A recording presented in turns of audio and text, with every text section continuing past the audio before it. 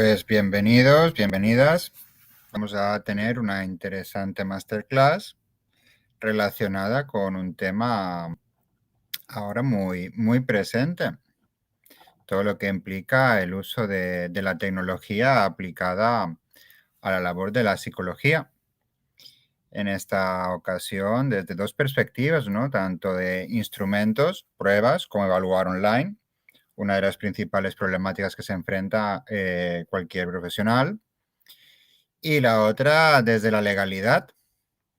Si bien algunos países tienen una ley en telesalud, desde la psicología no hay total claridad hasta qué punto puedo ejercer, dónde están mis límites y sobre todo, ¿no? Por desconocimiento, qué clase de delitos podría estar cometiendo. Y ahí tendremos un especial enfoque desde la protección, privacidad de datos, lo que implica el tema de utilizar cualquier tecnología para comunicarnos. Y algo que se suele decir, ¿no? Es que a los pacientes les va bien, bueno, que le vaya bien una herramienta porque es gratuita y porque está en el smartphone, no significa que cumpla con los requisitos establecidos en los códigos civiles. En todo caso, empezamos por un tema que sí es muy necesario y es tener una fiabilidad en las pruebas que utilicemos.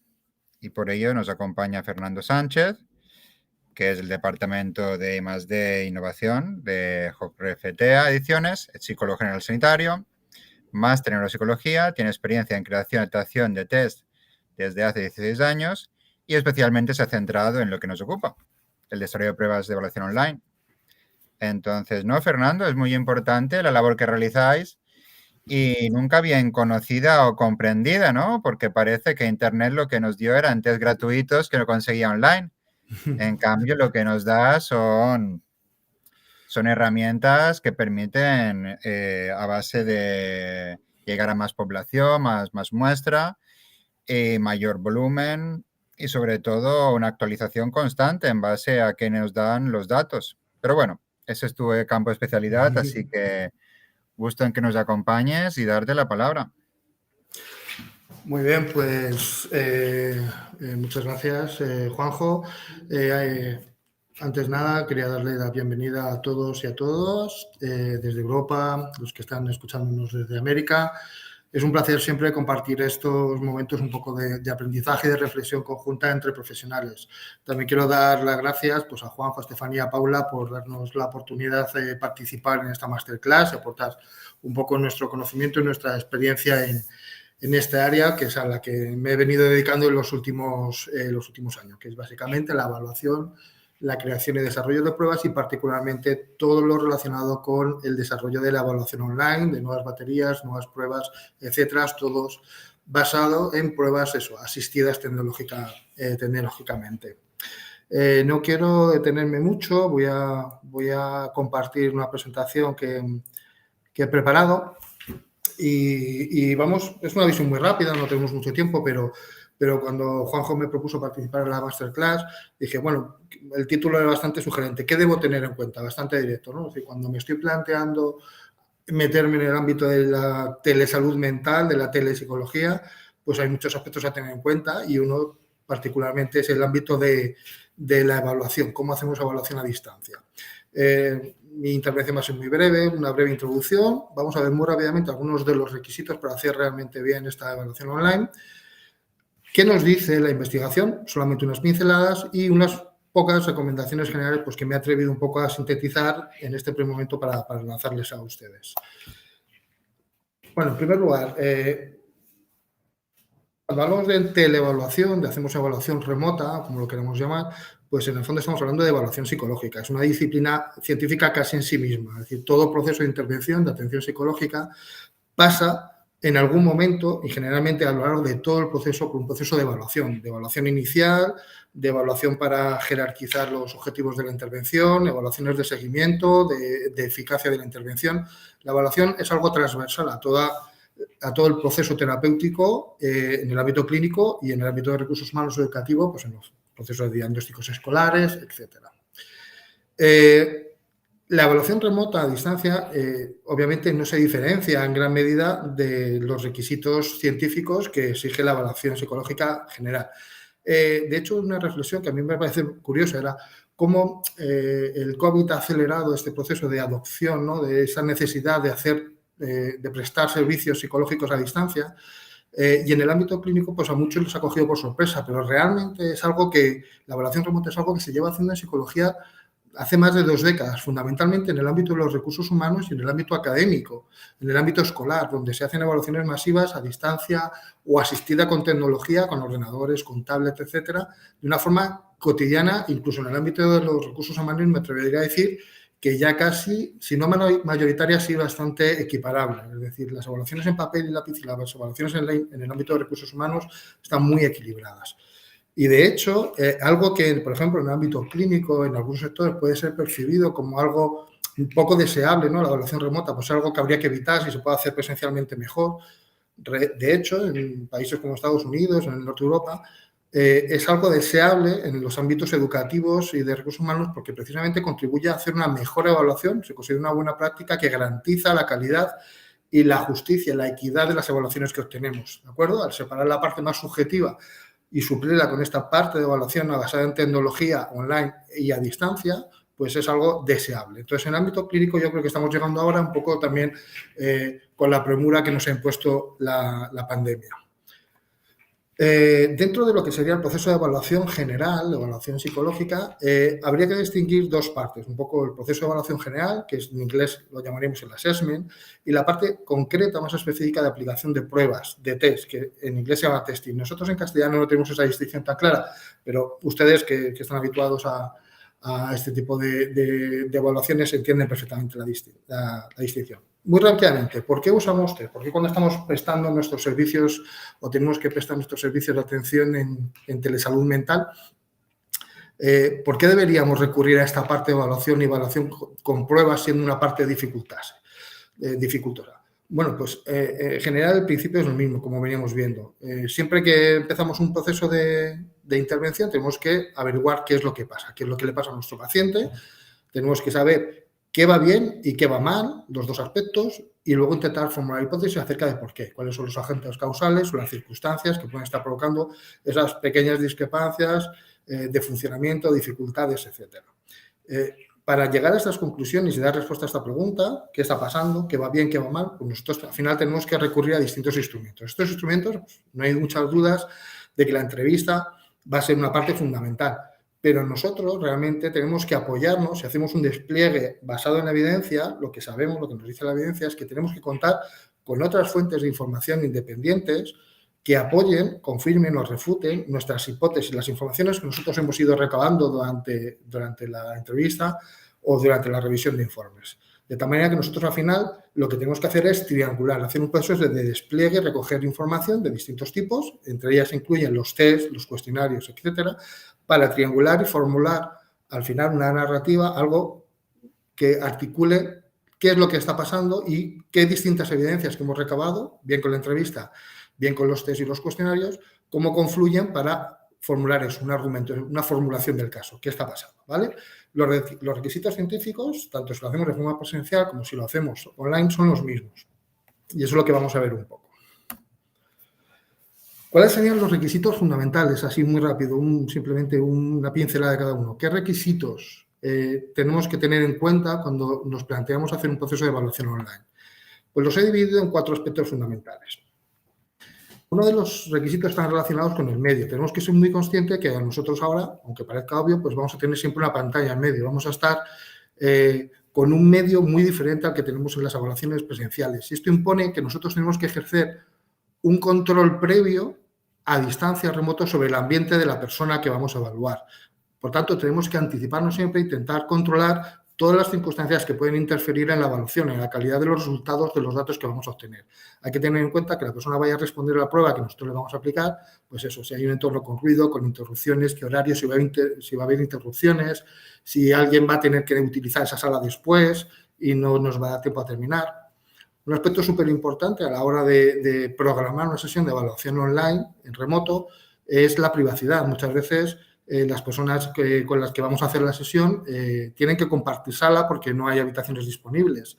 Puede haber otras personas presentes. Puede haber personas que incluso puedan en un momento interferir en la evaluación con comentarios, simplemente con su presencia, porque va a inhibir a la persona, por ejemplo, un adolescente que quiere contarnos algo, pero los padres están presentes. Pueden prestar ayuda a esas terceras personas, con lo cual van a distorsionar nuestros resultados. Esto hay que tenerlo muy en cuenta y anticiparse acerca de qué personas pueden estar presentes y cuáles no. A su vez, esto que puede ser negativo, que hay otras personas, también es necesario, porque vamos a tener que prever que necesitaremos ayuda y asistencia tanto técnica, por si falla algo con las conexiones, por ejemplo, si estamos evaluando a un niño o a una persona mayor, pues algún otro adulto que pueda darnos un soporte técnico y ayudarles con las conexiones, con los programas, con los dispositivos, tanto como si ocurre algo, alguna emergencia dentro de la propia sesión de evaluación, puede haber un desbordamiento emocional, puede haber algo que necesitamos que haya en un momento dado una intervención presencial de alguien y eso tenemos que tenerlo previsto. Y luego hay que tener en cuenta unos aspectos muy, muy básicos, que son una perogrullada, pero que son críticos en este caso. Nosotros tenemos que tener y asegurarnos y comprobar por anticipado que tenemos una adecuada conexión y un adecuado equipo, unos dispositivos adecuados. Tenemos que tener un wifi estable, que no se corte. Durante la evaluación puede ser crítico. Imagínense que estamos aplicando una prueba en la que el tiempo es importante y justo en ese momento tenemos una interrupción. O estamos haciendo una prueba de memoria donde es muy importante controlar la presentación inicial y el tiempo de recuerdo demorado y justamente tenemos una interrupción en medio y esos tiempos se van. Hay que tener muy en cuenta eso y hacer las pruebas que sean oportunas antes de iniciar la sesión para asegurarnos que eso va a ser así, porque después desechar la evaluación puede ser muy, muy poco conveniente. Tenemos que ser conscientes también en nuestros propios dispositivos que vamos a tener seguramente que combinar dos plataformas a la vez. Una plataforma para hacer la videollamada, la entrevista, para controlar lo que está pasando, para ver a la persona que estamos evaluando, pero a su vez muy seguramente vamos a tener que estar utilizando otra plataforma específica de evaluación, que es donde se van a presentar los estímulos, donde se van a recoger las respuestas, etcétera. Con lo cual tenemos que asegurarnos de que en nuestro equipo que eso es compatible, que no va a tener ningún tipo de interferencia. Y otro aspecto que a veces parece una menudencia, pero muy relevante es cómo va a responder. Cuando nosotros hacemos pruebas, por ejemplo, pruebas de rendimiento, donde le vamos a pedir a la persona que responda a determinadas pruebas, que haga determinadas tareas, ¿cómo va a responder? ¿Va a tener una pantalla táctil? ¿Va a tener un teclado? ¿Va a tener un ratón? ¿Cómo lo va a hacer? Porque en ocasiones nos ha ocurrido que le vamos a pedir que haga algo y está respondiendo con una tablet y no tiene un teclado. Con lo cual, son pequeños aspectos que es muy conveniente hacerse un checklist primero, antes de empezar la sesión de evaluación para asegurarnos de que todo eso lo hemos contemplado y lo tenemos claro. Un segundo grupo de requisitos son los que están relacionados con los propios instrumentos de medida. Y esto es una cuestión pues, muy, muy interesante. Hay distintos, dentro del abanico de pruebas o de recursos o de métodos de evaluación que vamos a poder desplegar en el proceso de evaluación, pues tenemos algunos, como es la entrevista, que vamos a poder hacerla sin ningún inconveniente a través de online. Obviamente no vamos a poder tener el mismo feedback acerca de la comunicación no verbal, depende del encuadre, no vamos a poder jugar con muchas señales, pues eso, muchas observaciones, etcétera, pero en general vamos a poder desarrollarlas sin muchos inconvenientes. No obstante, hay otro tipo de pruebas, cuando vamos a utilizar ya pruebas tipo de cuestionario, tipo listados conductuales, que ya van a tener alguna dificultad más, aunque generalmente no va a ser muy problemático. Yo puedo enviar online los cuestionarios que voy a necesitar y la persona los va a responder en sus propios equipos. Eso ya está preparado. Hay plataformas como la de FOBRCTA, con Te Corrige, lo podemos hacer y no hay ningún problema. Después ya tenemos otro nivel de pruebas, que son las pruebas de rendimiento óptimo, donde ya le vamos a pedir a la persona que haga cosas, que demuestre si es capaz de hacer determinadas tareas, ¿de acuerdo? Y ahí es donde vamos a empezar a ver más dificultades. En general, simplemente una pincelada, las pruebas que están basadas en respuestas verbales, por ejemplo, una prueba de fluidez verbal o aprender una lista de palabras, una tarea de memoria, etcétera, no van a suponer un gran problema aplicarlas online, en remoto. No van a tener impacto. Pero si, por ejemplo, le vamos a pedir que manipule cubos o que tengamos que mostrar láminas y la persona tiene que recordarlas, etcétera, pues si no tenemos las plataformas adecuadas para mostrar ese tipo de estímulos, no vamos a poder hacerlos. Y en el caso de pruebas que tengan un fuerte componente manipulativo, constructivo, que tengan que manejar objetos, pues generalmente van a resultar inviables, ¿de acuerdo? Con lo cual, uno de los aspectos primeros que tenemos que valorar es, dentro de nuestro propio protocolo, de los aspectos que queremos evaluarlo y de las pruebas que queremos utilizar para justamente contrastar esas hipótesis, cuáles van a ser viables y cuáles no. la gran mayoría de ellas van a ser viables y algunas de ellas no van a poder serlo, con lo cual tenemos que ser conscientes a la hora de diseñar nuestro protocolo de hasta dónde vamos a llegar. Cuando pensamos en las pruebas y en las pruebas que se pueden utilizar en evaluación remota, hay mucho debate en la literatura, en las guías incluso, de las distintas asociaciones profesionales, que yo creo que mezclan un poco conceptos. Muchas veces hay mucha preocupación acerca de si las pruebas que estamos utilizando, las pruebas basadas en papel y lápiz, pues son aplicables, son equiparables, son equivalentes los resultados cuando se utilizan online. Bueno, y aquí yo creo que hay una cierta también confusión, porque en efecto las pruebas desarrolladas, tipificadas para su uso en papel y lápiz, pueden tener su cierta adaptación y su comparación cuando se usan online. Pero lo que estamos ocurriendo cada vez más es que hay pruebas que ya están desarrolladas. Nosotros, los editores de test, ya estamos trabajando para desarrollar pruebas completamente online pensadas para la evaluación en remoto. De hecho, no tienen versión en papel. Por tanto, hay que resolver primero, hay que tener en cuenta este esquema que tenemos aquí acerca de cómo se relaciona la evaluación remota con las distintas pruebas que vamos a utilizar. En general, muchas de las pruebas, como les decía, ya están desarrolladas y basadas para estar basadas en tecnología, para permitir una aplicación online. Online basada en ordenadores, en respuestas, en tablet, etcétera, que se pueden aplicar de forma presencial o a 3.000 kilómetros de nuestro paciente. ¿De acuerdo? Esas pruebas generalmente cuando las utilizamos en evaluación remota no tienen ningún inconveniente y no requieren una adaptación adicional. Otras muchas pruebas que sí que han sido desarrolladas originalmente para ser aplicadas en formato de papel y lápiz, sí que pueden requerir determinadas adaptaciones y es lo que hay que ir valorando. ¿De acuerdo? Por tanto, simplemente, por eso pongo el esquema de evaluación, hay que ver muy bien qué pruebas estamos utilizando y cuáles son las pruebas de nueva generación que están apareciendo en el mercado que ya han sido desarrolladas para este tipo de usos. Otra parte muy importante a la hora de pensar cuál podría ser nuestro protocolo, los recursos que nosotros podemos utilizar en una evaluación online, tiene que ver con el timing y con las fases de la evaluación. Todo es una cuestión de grado. Hay muchos aspectos que vamos a poder evaluar perfectamente de forma remota, con pruebas adaptadas, basadas en papel y lápiz, con pruebas específicamente desarrolladas, y va a haber otras que, como veíamos antes, va a ser imposible. Bueno, pero no necesariamente todo nuestro proceso de evaluación tiene que ser a distancia. Una cosa muy importante que tenemos que tener en cuenta es que podemos iniciar la evaluación con pruebas más viables de forma remota y luego, cuando ya lleguemos a algún punto donde sea imprescindible aplicar determinadas pruebas, imagínense si estamos hablando, por ejemplo, un caso de una sospecha de autismo y necesitamos evaluar al niño con un A22, que es la prueba de referencia. Bueno, pues el A22 difícilmente vamos a poder aplicarlo, si no es prácticamente imposible, aplicarlo online. Vamos a tener que hacerlo de forma presencial. Bueno, pues cuando llegue ese momento haremos una evaluación presencial y lo combinaremos. Yo creo que es una cuestión de grado, siempre tener en cuenta qué recursos tenemos en cada momento, online y presenciales, y cómo los combinamos para ofrecer el mejor servicio, la mejor asistencia a la persona que estamos evaluando. ¿De acuerdo? Y otro aspecto esencial relacionado con los instrumentos de medida que utilizamos en la evaluación remota, pues es la calidad psicométrica, que no me ha de detener mucho. Los instrumentos que utilicemos en online tienen que cumplir los mismos requisitos científicos de fiabilidad y de validez que muestra el resto de instrumentos que utilizamos en papel y lápiz. Esto no cambia. Los test son instrumentos científicos, yo siempre lo subrayo. Llevan muchísima investigación detrás y es muy costoso aportar las evidencias a los profesionales que justamente garantizan las interpretaciones que ellos van a hacer, los usos que ellos van a hacer con las puntuaciones de los test y de los cuestionarios. Por tanto, como bien decía Juanjo, hay que ser muy cauteloso con las herramientas que se ofrecen de forma gratuita, online, porque la mayoría de ellas no ofrecen, no tienen ningún aval científico detrás, no tienen ningún control profesional que nos indique que esas puntuaciones, que esas evaluaciones tienen ninguna base, con lo cual pues hay que recurrir y hay que ser muy crítico con las herramientas que nosotros utilizamos en nuestra labor cotidiana.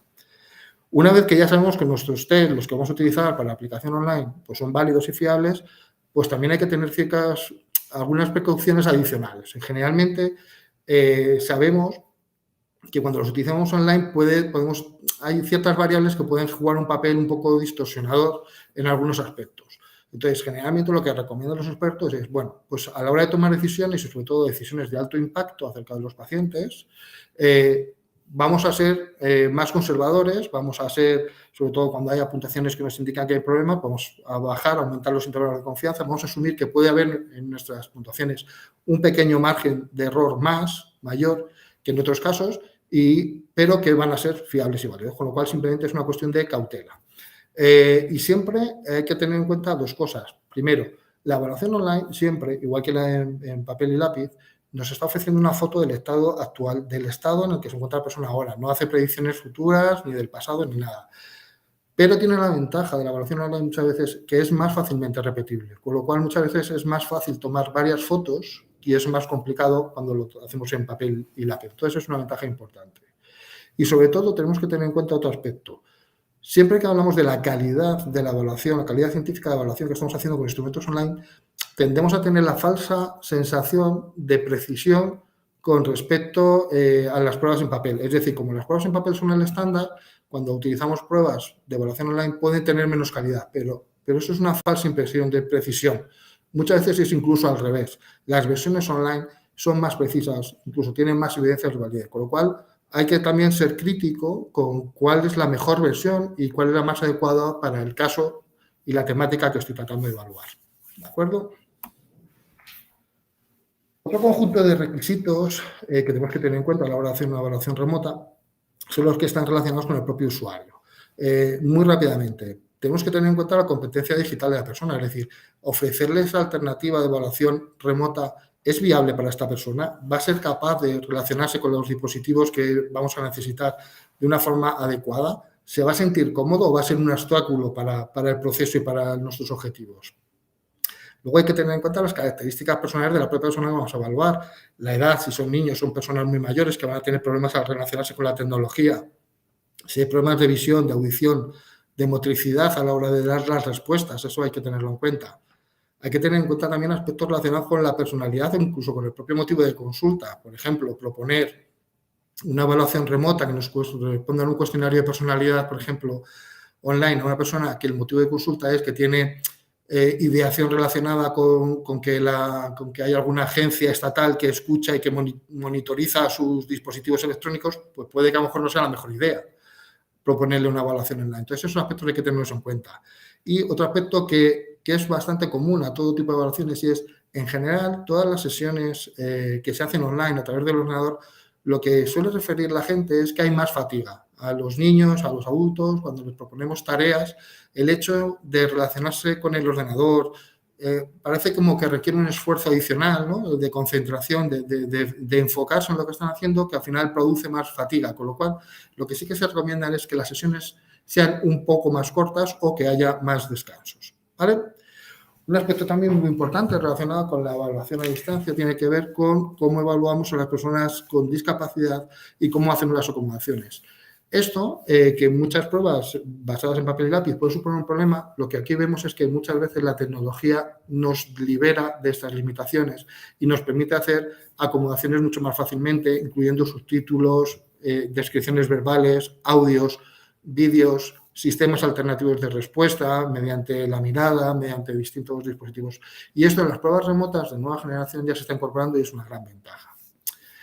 Y otro aspecto que tenemos que tener en cuenta está relacionado con la equidad. ¿De acuerdo? Hay muchas personas, lo hemos visto durante la pandemia, que aunque nosotros pudiéramos ofrecerles los servicios online, ellos no podían acceder a ellos, ¿de acuerdo? Porque no tenían dispositivos, porque no tenían buenas conexiones y esto es un problema. Tenemos que cuidar esto, sobre todo aquellos profesionales que trabajan en sectores públicos donde tienen que ofrecer un servicio universal a todos, tienen que asegurar que todos van a poder tener ese acceso. En la práctica privada quizás es menos relevante porque la persona que solicita los servicios de un psicólogo en consulta privada mediante telesalud, pues probablemente disponga de ese tipo de tecnología y él mismo ya ha seleccionado a quién va a solicitar esos servicios, no. Pero en otros tipos de instituciones y de servicios asistenciales es un aspecto muy importante el cuidar qué requisitos y cómo vamos a poder ofrecerlo.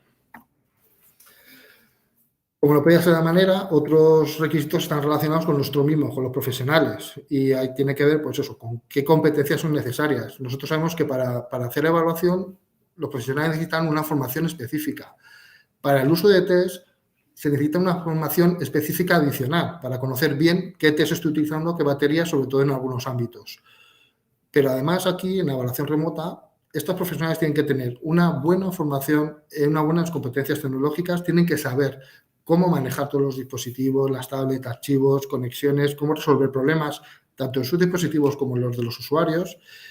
Y todo esto combinado no es la suma de 1 más 1, sino que realmente se multiplica. Cuando hacemos evaluación remota, todas las habilidades del terapeuta se tienen que poner en marcha, todas nuestras habilidades tecnológicas se tienen que poner en marcha para poder hacerlo de una forma ágil y que no suponga un impedimento para vencer todas esas barreras que tenemos.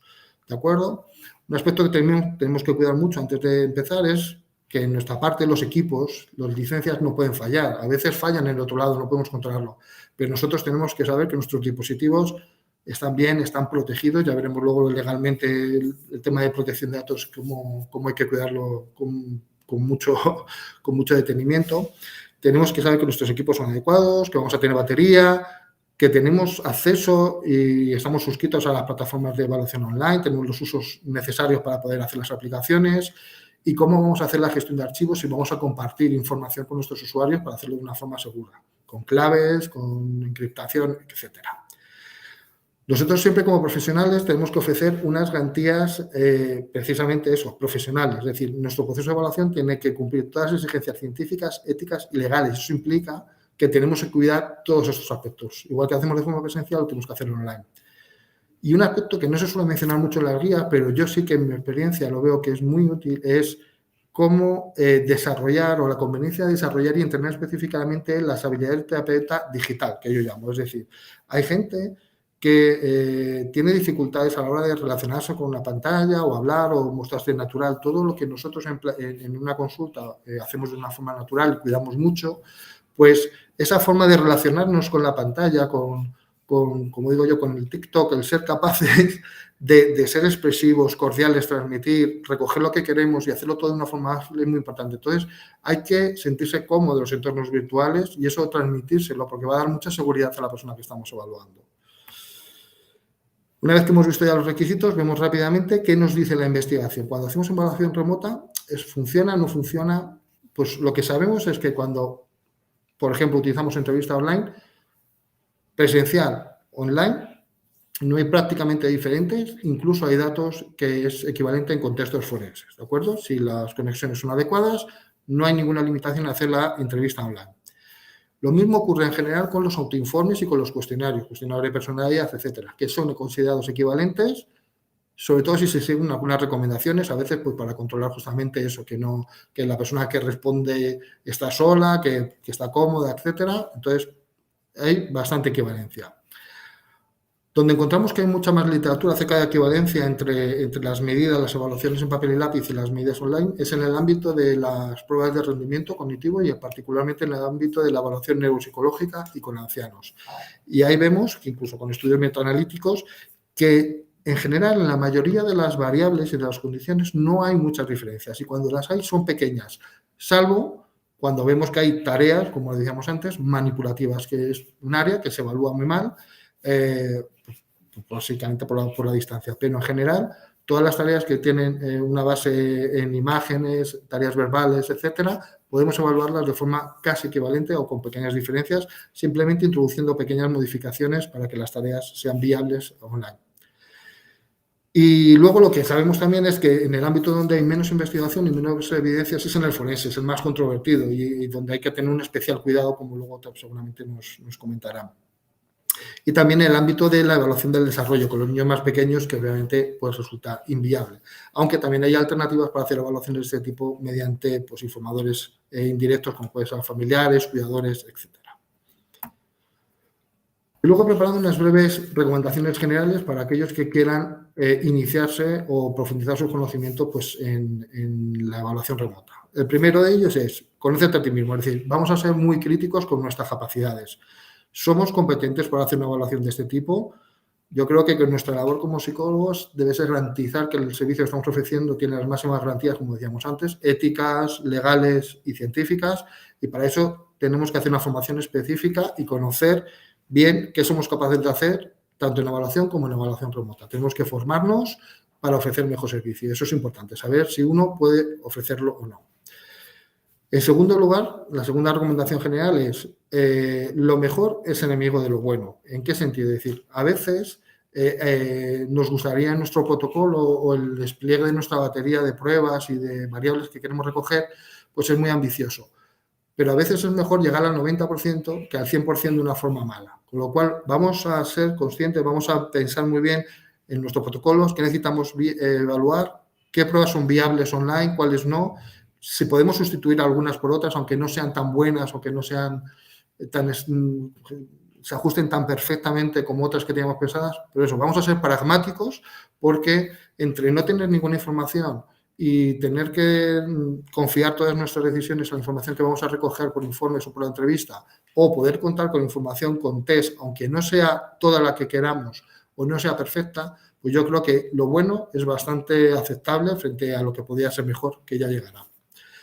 En tercer lugar, yo siempre recomiendo práctica, práctica y práctica. Esto es un aprendizaje procedimental. Cuando uno está haciendo evaluación online y tiene que manejar distintas pruebas con distintos materiales y a su vez tiene que manejar su dispositivo y lo que está viendo la otra persona al otro lado, tiene que saber perfectamente, hacerse cargo de lo que está viendo el otro. Tiene que conocer todos los menús, dónde está el botón de compartir, dónde está el botón de responder, todo, todas las partes. Y eso solamente se adquiere, esa fluidez se adquiere practicando. Así que yo les animo a que practiquen con sus hijos, con sus parejas, con cualquier compañero que tengan, en los dos lados, como aplicadores y como evaluados, para coger esa experiencia y esa fluidez en los procedimientos de evaluación online.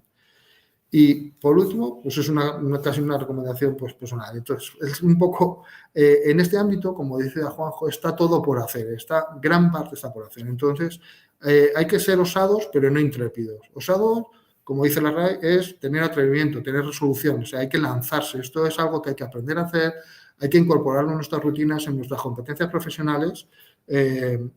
Vamos a descubrir que va a aumentar nuestra capacidad, pues eso, de evaluar, de obtener información que necesitamos, ampliarla, pero no hay que ser intrépidos en el sentido de que obramos sin reflexión, de una forma un poco alocada, ¿no? Hay que ser especialmente cauteloso, tenemos que seguir manteniendo las mismas garantías científicas y profesionales y tenemos que saber muy bien qué estamos haciendo y sobre todo cuidado con todo lo que se ofrece por ahí en las plataformas sin aval científico porque es realmente peligroso, estamos tomando decisiones y estamos haciendo recomendaciones a nuestros clientes, a nuestros usuarios, basándonos en herramientas que no tienen ninguna evidencia de validez, así que seamos cautelosos.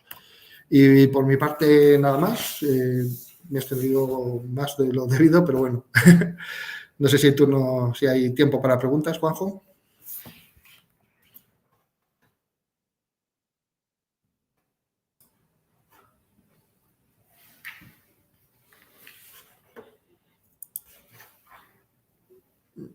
No te oigo.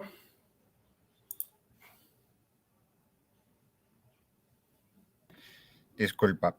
Así una pregunta entre las interesantes, ¿no? Las que son más reglamentarias. Y es el tema de los baremos. Si son específicos, son equivalentes, debemos tener en cuenta algún aspecto clave. Pues, como he venido diciendo un poco a lo largo, muy buena pregunta, como he venido diciendo a lo largo de la presentación, es una cuestión de grado. Vamos a ver y vemos, cuando nosotros damos determinadas aplicaciones en formato del mismo instrumento, en formato papel o en formato online, que no hay diferencias. Por lo tanto, no hace falta un baremo específico que recoja el posible efecto del método de aplicación. Y por el contrario, en otras pruebas que estamos viendo, por ejemplo, en algunas pruebas de atención o pruebas que tienen un control de tiempo, una presentación de estímulos muy rápido, vemos que el efecto de la pantalla de la presentación sí que hace pues eso, que al final los baremos tengan que ser ajustados y específicos a ese formato. Pero es algo que estamos haciendo habitualmente. Nosotros estamos recogiendo, yo creo que es un gran esfuerzo que se está haciendo por parte de los editores de test, de los constructores de test, es asegurar la equivalencia de las herramientas y que los baremos que ofrecen son adecuados. Nosotros constantemente vamos revisando los datos que tenemos, vamos ampliando y vamos haciendo los ajustes que son necesarios en cuanto vemos que puede haber desviaciones. Y va, perfecto. Y en temas de recursos de teleevaluación, donde la gente pueda consultar sin ir al bendito Google. Bueno, pues justamente es interesante por eso, porque al ser un área un poco que está ahora pues creciendo de una forma muy rápida, lo que vemos es que difícilmente está incorporada en los estudios más formales, estudios de grado y demás. Entonces, generalmente lo que vemos es que este tipo de entrenamiento específico de competencias, pues al final es en estudios de posgrado, en los expertos como el que tú diriges, y recursos específicos. Nosotros, por ejemplo, tanto en nuestra página web como de Tradiciones, vamos, en cualquier otra de los editores de test, muchas veces sí que se ofrecen muchos cursos y recursos gratuitos, formativos, cómo consultar, etcétera, de todas las pruebas disponibles. Nosotros, mucha gente a lo mejor no lo tiene presente, pero ya te digo, nosotros llevamos en evaluación online más de 20 años, tenemos más de 80 pruebas que se pueden aplicar online, tenemos una batería una plataforma específica para recursos humanos, una plataforma específica para servicios escolares, donde tenemos más de 70 pruebas de todo tipo, de aptitudes, de competencias, de personalidad, etcétera, para utilizar en los colegios. Y son recursos que están ahí. Todas esas pruebas tienen sus manuales y nosotros en la web, por lo menos, vamos colgando distintas informaciones acerca de eso, de cuándo hay nuevos baremos, cuándo se puede utilizar online, cuándo no se puede utilizar online, etcétera. No, perfecto. Igual es una importante información, no siempre conocida. Realmente el dato siempre es relevante, ¿no? Esto no es nuevo y hay una trayectoria de años de trabajo. El tema es que incomprensiblemente una revolución industrial digital nos pasó como si no pasara nada, ¿no? O sea, nadie encontró que era importante prestar atención a ese nuevo medio. Pero, como todo en esta vida, el no conocer no exime su cumplimiento y ahí será importante conocer un punto de vista legal. Ahora, Fernando, nos paso a Antoni para luego cerrar en un poco de coloquio y tocaremos ese punto que es clave, ¿no? Es decir, es que yo no sabía, es que encontré un test, nadie me dijo. Bueno, a un adulto, una persona adulta profesional, se le presupone el interés en saber el cómo comportarse.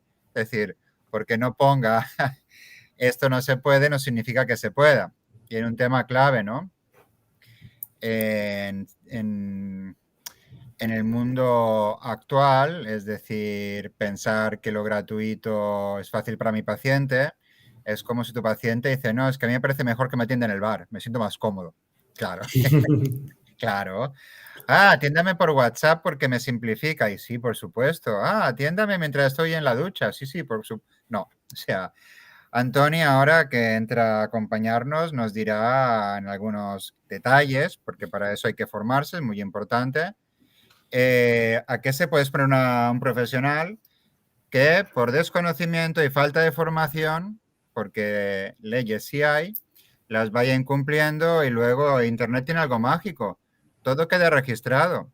Cualquier error que hayamos cometido utilizando un Gmail, un Facebook, un WhatsApp, deja huella digital y puede ser punible durante una serie de años. Entonces, toda la gente que ahora está pensando que no es necesario ningún paso más de conocimiento, de formación, de saber cómo operar, atender online, que sepa que queda plenamente registrado y si algún paciente en su momento decidiera denunciar, pues, Antoni, ¿a qué se enfrentaría?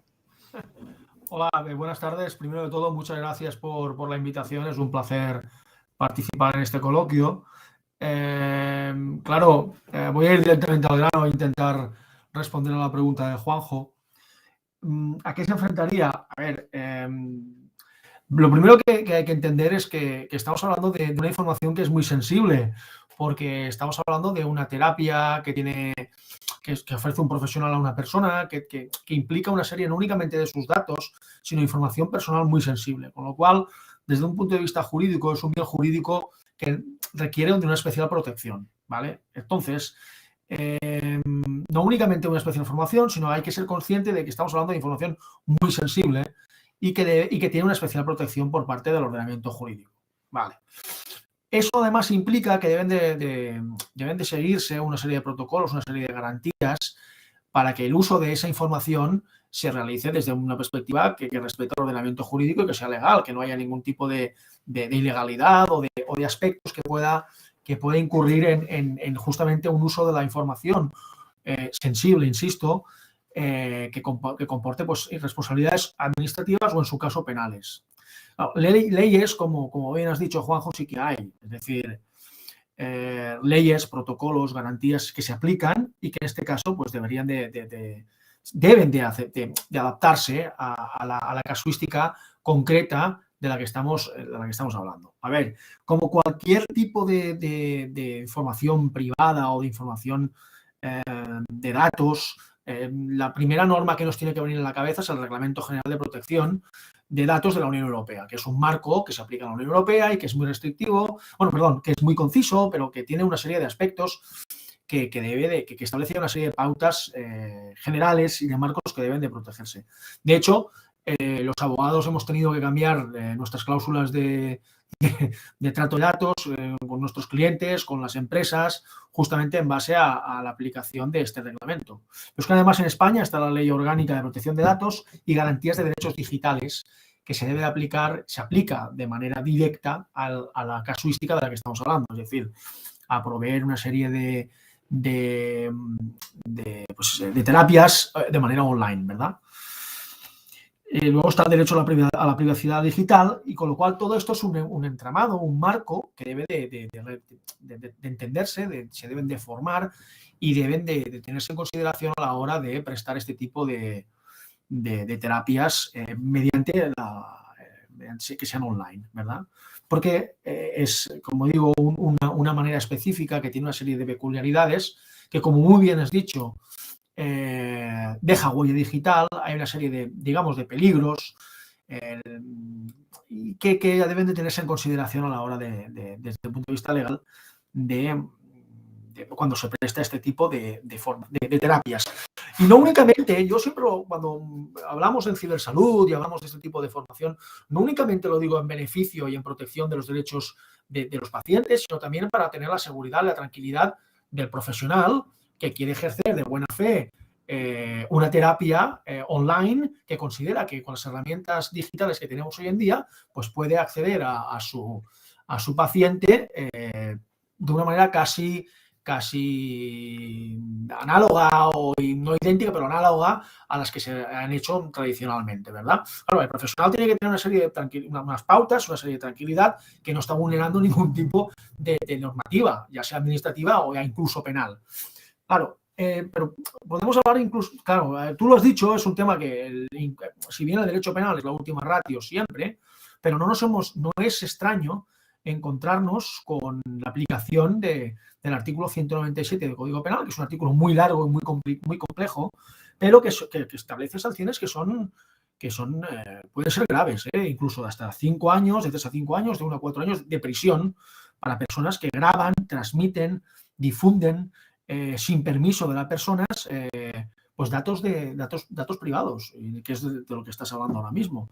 O el que obtiene o difunde información de terceros porque le pasan por correo electrónico o porque le pasan un vídeo sin la autorización de este tercero, pues incluso pueden ser a 3 a 5 años de prisión. Estamos hablando de que son penas importantes, ¿verdad? Pongamos un caso, Antonio, ahora mismo que hay muchos casos de mediación en temas de divorcio, custodia de hijos.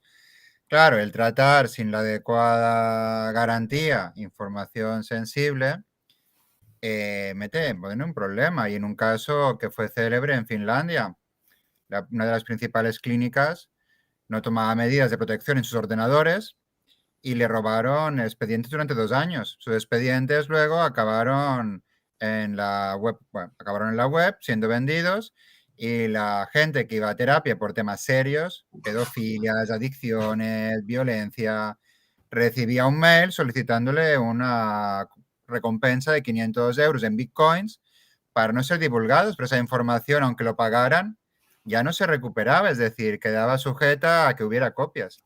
Claro, es que este caso que estás explicando de Finlandia no es una cosa que parezca improbable de que pueda ocurrir en España, es decir, o en otro país de la Unión Europea o incluso en cualquier otro lugar, ¿verdad? No ya únicamente en el hecho de que, porque ya, a ver, desde el punto de vista penal, se comete el delito simplemente con el hecho de que se difunda esa información sin el consentimiento del tercero. E insisto, un juez en España, cuando vea que estamos hablando de este tipo de aspectos que son muy personales, personalísimos, y que pueden afectar de manera muy grave al desarrollo de la persona o a sus aspectos sociales, su vida social, un juez, yo entiendo que puede ser muy punitivo y tomar algún tipo de medidas de represalias importantes penalmente hablando. No únicamente al que vende por bitcoins esta información, sino al que no ha tenido los medios, no ha puesto todos los medios en sus manos para poder ser diligente con una información tan sensible, ¿verdad? Ahí estaríamos, Fernando, en el tema de que TEA, cuando administra la información de cuestionarios, se hace responsable de que esos datos no sean vulnerados. No es lo mismo que yo como psicólogo te paso por mail un cuestionario, tú me lo devuelves, ese cuestionario queda en manos de Gmail, en el escritorio, en mi escritorio, sin protección, sin contraseña. O sea, es un tema que realmente aplicar una prueba online. Zoom te graba, es que es gratis. Bueno, es gratis, pero si Zoom te está grabando o alguien entra, te está viendo, es decir, estás dejando la puerta de tu despacho abierta. Completamente.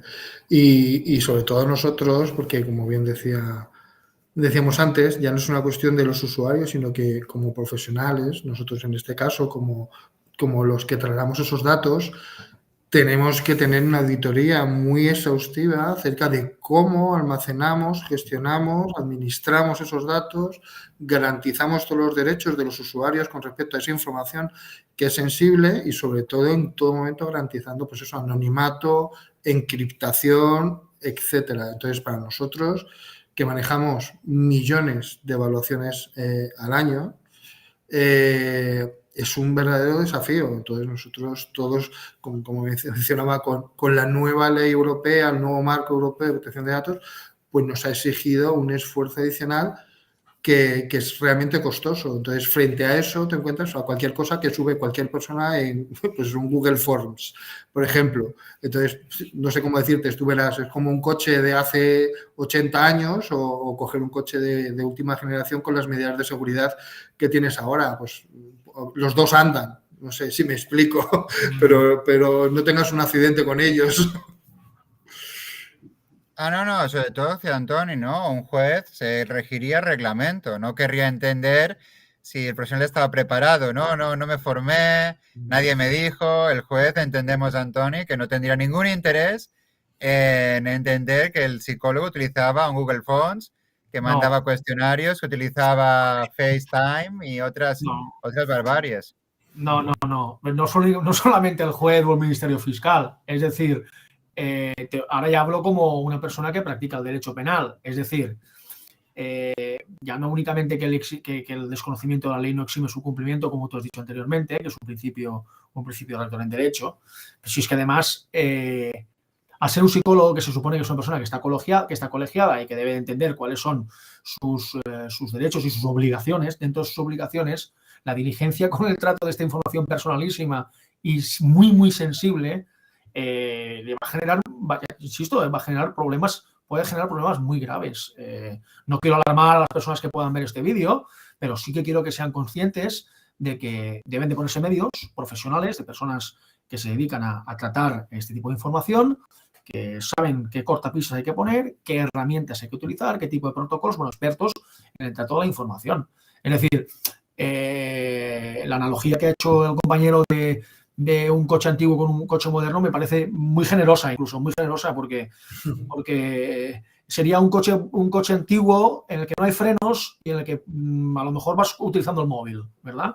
Mientras conduces, con lo cual tienes más números de que por una de estas te puedan poner una denuncia o una demanda o una denuncia, en el peor de los casos una denuncia, pero que además el abogado, sabiendo que es un psicólogo que está colegiado, va a ir a por su responsabilidad civil subsidiaria, va a ir a cobrar, va a ir a inhabilitarlo, etcétera, etcétera, etcétera. Es decir, las consecuencias son graves, ya no únicamente penalmente, sino también desde un punto de vista profesional. Porque, claro, imagínate lo que es para un psicólogo, eso ya lo sabes tú, Juanjo, que eres psicólogo, que debe ser para un psicólogo que haya una condena por no tratar con diligencia los datos personales de sus pacientes. Es como yo como abogado fuese difundiendo los casos de mis clientes o eso, además de vulnerar supongo que los principios básicos del tipo de relación de confianza que debe de haber. En el caso de psicólogos, incluso yo creo que aún más.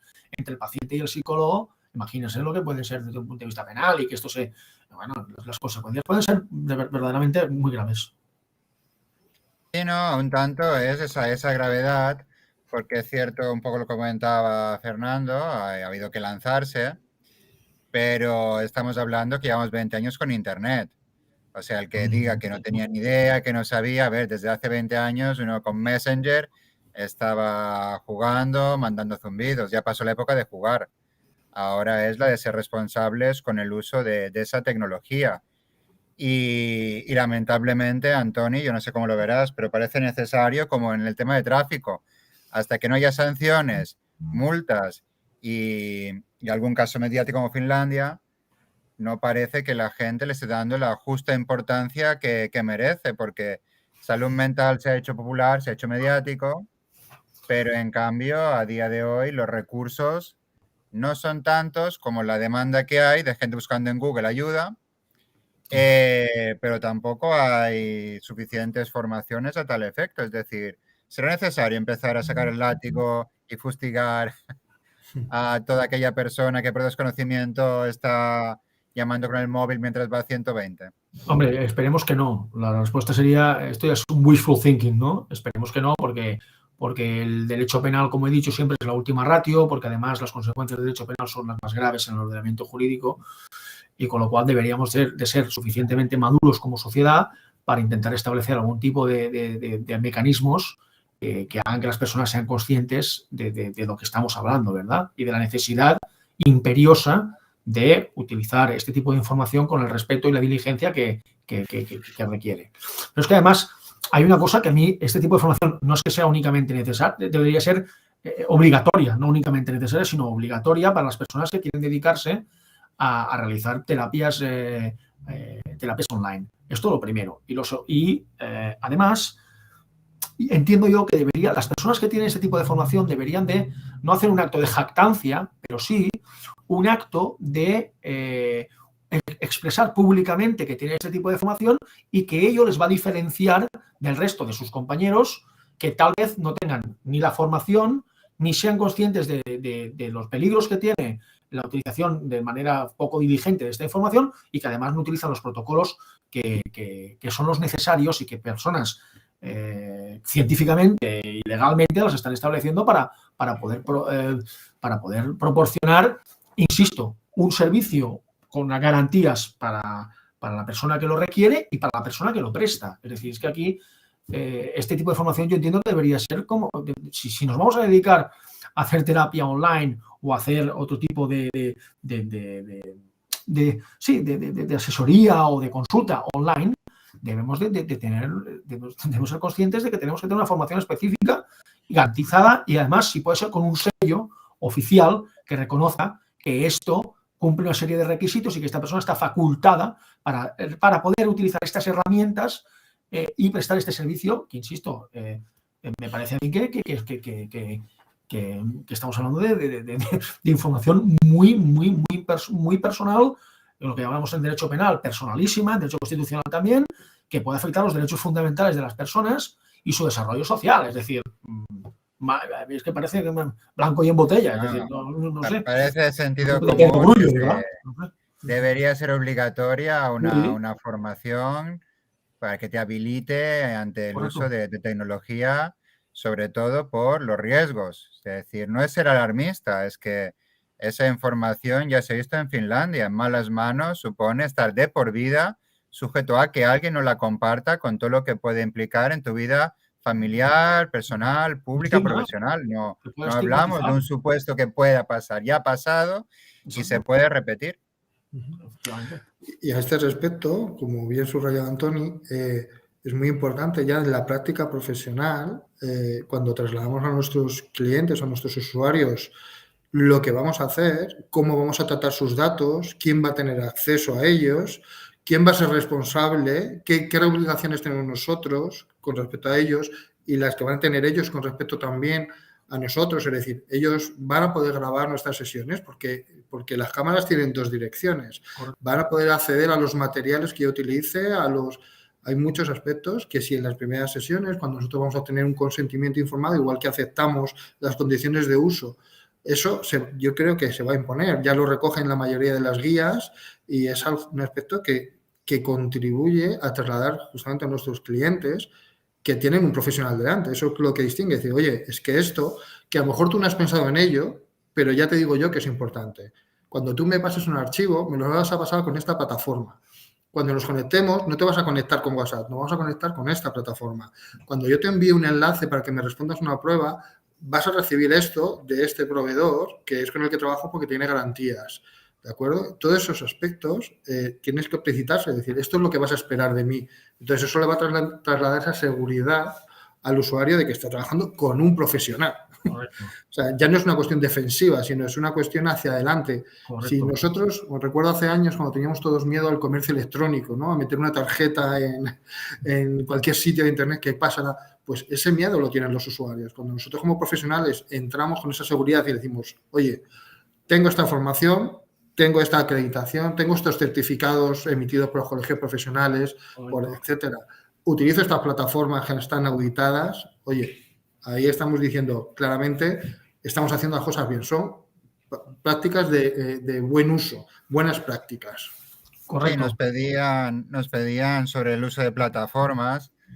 A ver, no es un espacio publicitario, entonces yo a cualquier profesional le recomiendo que se dirija a su colegio de psicólogos y que sean ellos que le digan qué plataformas reúnen requisitos, porque no convertiremos a la gente de psicología en expertos en ingeniería en encriptación. No es la vocación, no se puede, es otra carrera, ¿no? Pero ya que se está pagando una cuota colegial que vela por los intereses de la profesión, entonces son los colegios los que deben tomar el rol de decirte de esas que han sido validadas por expertos en ingeniería, en ciberseguridad, son recomendables. Luego ya uno se decanta por los colores, los precios y las utilidades. Pero no vayamos a Google, no veamos anuncios en Internet, porque realmente es como ir a comprar algo que nunca he probado, ¿no? Oye, voy a comprar un traje de buzo. Ah, ¿no has buceado? No, nunca. Ah, qué bien, ¿no? Es decir, ¿qué me recomiendas? ¿El más bonito, el más barato? Vaya un experto. Pero es que además, perdón por la interrupción, lo que está explicando Fernando tiene, además de toda la lógica que por su propio peso cae, que es clarísimo, implica un principio que supongo que también se aplica a los psicólogos, como aplicamos los abogados, que es el de transparencia. Es decir, Fernando, cuando está explicando las pautas, los pasos, los programas que va a utilizar, como bien dice el tema de la cámara, que es bidireccional, etcétera, etcétera, está siendo lo más transparente posible. Y esa transparencia se sustenta justamente en unos protocolos, en una experiencia, en una formación y en unas garantías que tiene el servicio que él presta. Con lo cual, lo que tenemos que llegar a evitar es que la persona que requiere ese tipo de servicio, de terapia, no se vea la obligación de comparar un profesional como el que está describiendo Fernando con otro profesional que utiliza un programa por WhatsApp o por Google o por Zoom. Es que no, es lo que hay que evitar. Y en eso, ahí yo estoy de acuerdo contigo, Juanjo, que los colegios profesionales deben de tener un papel muy activo, porque al final estamos hablando del bienestar de las personas y de la seguridad de sus miembros, vaya. Sí, no, un poco es el objetivo de esta masterclass, en el cual indicar lo digital es otro espacio, lleva 20 años de recorrido mínimo, en el cual ya hay soluciones validadas, hay un marco legal que protege a profesionales y a pacientes, y el conocimiento es obligatorio. Es decir, no se puede mantener una ignorancia acerca de este tema y volver a indicarlo, ¿no? Hay un gran sufrimiento social. Es más evidente porque hay medios de comunicación. Es más visible, ¿no? El malestar. Entonces, como profesionales hay que estar online. Como profesionales. No hay que estar online. Hay que estar como profesionales haciendo uso de herramientas. Ahí toca jugar con las comas y los puntos. Y para ello hay un rol desde los colegios, pero hay otro como profesionales, el de formarse. Es como, quiero emprender un tipo de terapia, deberá formarse. Quiero aprender a estar online, deberá formarse. Y solo para modo de conclusión, Brasil desde el año 2012 Ya tiene un directorio de qué profesionales están habilitados para trabajar online. Correcto. Ya tiene un directorio y qué tipo de web y qué recursos pueden utilizar. No se dejó al libre albedrío por el riesgo que suponía la población. Si queréis dar algunas palabras, yo creo que hasta aquí hemos conseguido un tanto aportar algo de luz en un ámbito que realmente parece que nos falta sentido común. No, vaya, yo creo que ha quedado bastante claro, ¿eh? Es decir, y más teniendo experiencias en sistemas incluso europeos que son experiencias muy cercanas. Vaya, se supone que deberíamos aprender justamente de los errores que han cometido otros estados, o que han ocurrido en otros lugares que son cercanos, y a partir de esas experiencias pues aprender nosotros también y establecer de manera transparente, de manera clara y de manera inteligente y segura un sistema que proporcione seguridad tanto al paciente como al psicólogo, entiendo yo, vaya.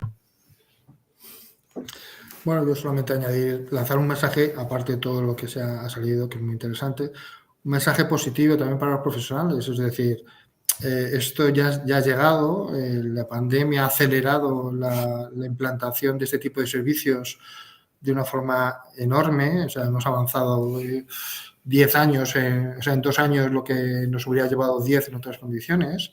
La gente está aceptándolo muy bien. Lo que vemos no hay muchos estudios, pero los estudios que hay nos dicen que la gente que prueba terapia online luego se quiere quedar o combinar ambas, pero no la rechazan. No es una cosa excepcional que luego volverá a la normalidad. No, esto ha llegado para quedarse. La gente está incorporando esos servicios de una forma muy favorable, y eso nos exige a los profesionales, pues nos abre mil posibilidades nuevas, y pues es que tenemos que estar preparados para ellas, y se exige una responsabilidad y una formación, que es la clave. Pero no tengamos miedo, lo ponía en la diapositiva, lo de seamos osados, es decir, esto ya está aquí, entonces hagamos lo que cada uno vea que tiene que reforzar, su parte tecnológica, sus dispositivos, las asesorías. No tenemos que ser informáticos para esto, ya hay gente que está detrás de esto. Lo que tenemos que saber es dónde buscar. Tenemos colegios profesionales, tenemos instituciones, empresas, etcétera, que proporcionan servicios que ya están contrastados. Entonces, es un poco decir, oye, abramos los ojos porque esto es nuestra realidad ya va a llegar aquí, entonces es un tren en el que me tengo que enganchar. Entonces, ese mensaje, que la gente se anime porque esto va a ir a más, no va a ir a menos, claramente. Simplemente ese es mi mensaje. No, gracias. Igual desde eso, realmente la sociedad es digital, la salud mental está influida por lo digital, entonces es hora de actualizarse. Os agradezco el tiempo destinado y un tanto esa misión en la que estamos, publicando manuales, llevando a cabo investigaciones para ir transmitiendo conocimiento. Sin más, estaremos, bueno, nosotros continuamos con nuestra labor, y a quienes estén atendiendo, pues que empiecen a informarse. Hasta aquí. Muy bien, pues muchas gracias a Muchas todos. gracias, un placer. Juanjo, un saludo a todos. Encantado. Un placer. Gracias. Adiós.